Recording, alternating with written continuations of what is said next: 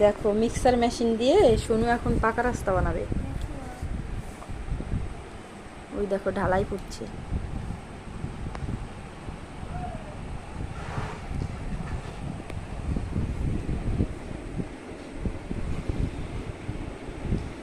এই যে ডাম্পার ভর্তি হচ্ছে ফল।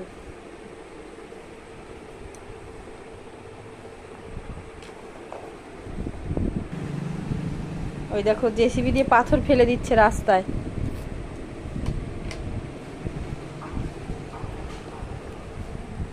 এই যে রোলার মেশিন।